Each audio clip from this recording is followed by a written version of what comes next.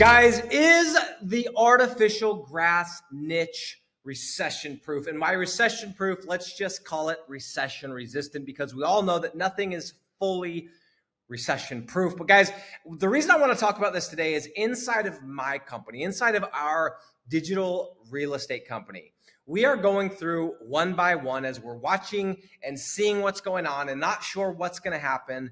We are looking at all of our properties. We're looking at all the properties that we planned on building. We're looking at our plans for the rest of quarter 2, quarter 3, quarter 4, and beyond. And maybe you're watching this and it's 2, 3, 4 years from now, and we aren't in this situation anymore. It's still important to pull the principles from what I'm covering in this video. And that is that we are going to play offense here.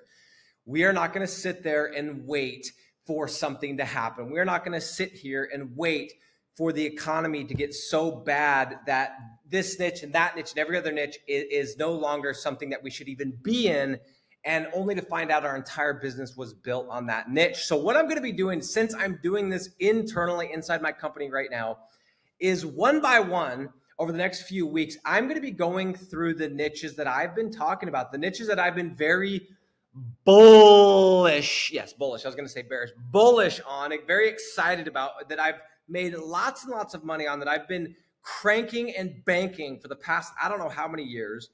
And we're gonna go and talk real. We're gonna say, hey, is this something that if this keeps getting worse, if the situation in the economy keeps getting worse, is this going to be good, or is it not?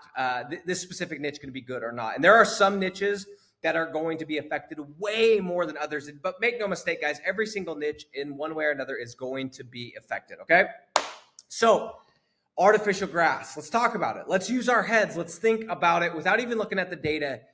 Let's just put ourselves in the shoes of a homeowner, okay?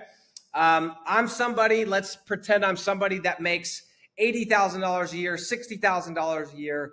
Yes, I have enough money to pay the bills. Yes, I have enough money to go on a vacation once or twice a year. Yes, I have enough money to use to drive a slightly used but nice vehicle.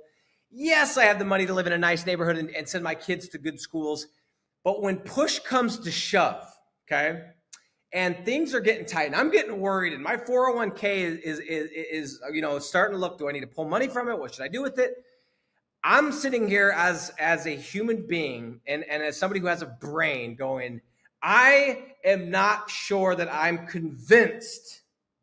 I'm not sure that I'm convinced artificial grass is going to be at the top of my list of must-dos. I don't know if I'm going to have to go and replace the artificial grass or replace the turf, or I'm sorry, the sod or the grass that we planted when the house was first built, because it looks better or because that's whatever. I'm not sure I'm going to be spending that money. I might be a little bit more worried about other things, like keeping my job, like making sure there's enough money in case I lose my job, right? Like starting, that side hustle to transition into in case I lose my job. I'm not convinced nationwide this is a niche that is going to completely weather the storm. Now, do I think it's going to go away? Absolutely not. Do I think as a whole, artificial grass is getting more and more popular? Abso-freaking-lutely. And I think that we can look at some areas in the country and we could probably say, hey, this might be an anomaly. Let me give you an example.